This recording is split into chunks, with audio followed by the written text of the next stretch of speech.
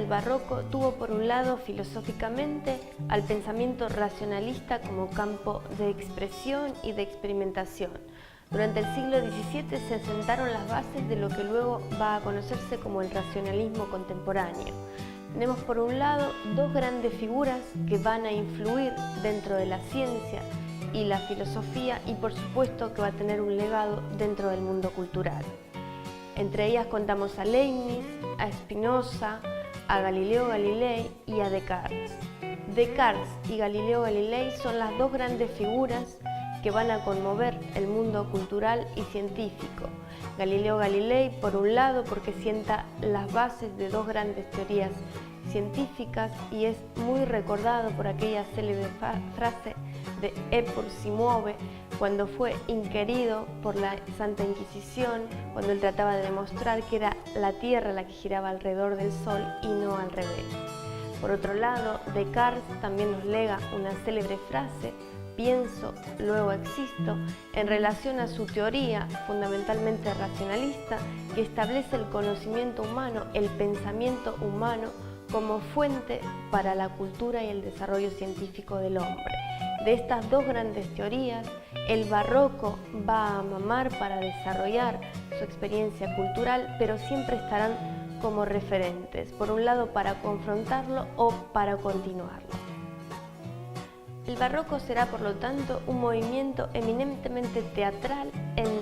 contraste con lo que era el Renacimiento. Es decir, el Renacimiento colocaba a un hombre dentro de un mundo ideal, bello, armonioso. Sin embargo, el hombre del barroco se enfrentará a grandes crisis existenciales. Recordemos lo que acabamos de decir en el aspecto filosófico, es decir, pensará, dudará, tratará de darle un lugar a la respuesta de su origen o su existencia, pero siempre será haciendo cada vez más preguntas, cuestionando, poniendo en duda todo el conocimiento anterior. Se caracteriza por su dinamismo, es decir, vemos en las artes plásticas, por ejemplo, la primacía de la línea curva frente a la línea recta, y también tenemos en la literatura una literatura con gran movimiento debido a las palabras elegidas que son muy fuertes, con muchos adjetivos, mucho exceso de verbos, de recursos estilísticos que hacen que la literatura barroca no sea precisamente una literatura muy popular. Por el otro lado también tenemos un lineamiento detrás de lo suntuoso, aquello que es elegante por un lado, pero también exótico, diríamos casi una lujuria plástica en los cuadros barrocos, un exceso de ornamentos, de detalles, que también vamos a ver en la literatura, es decir, grandes o extensas descripciones,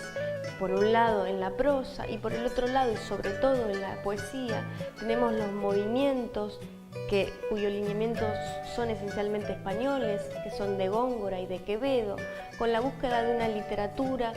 rebuscada, retorcida, con elección de estructuras gramaticales difíciles de entender a simple vista.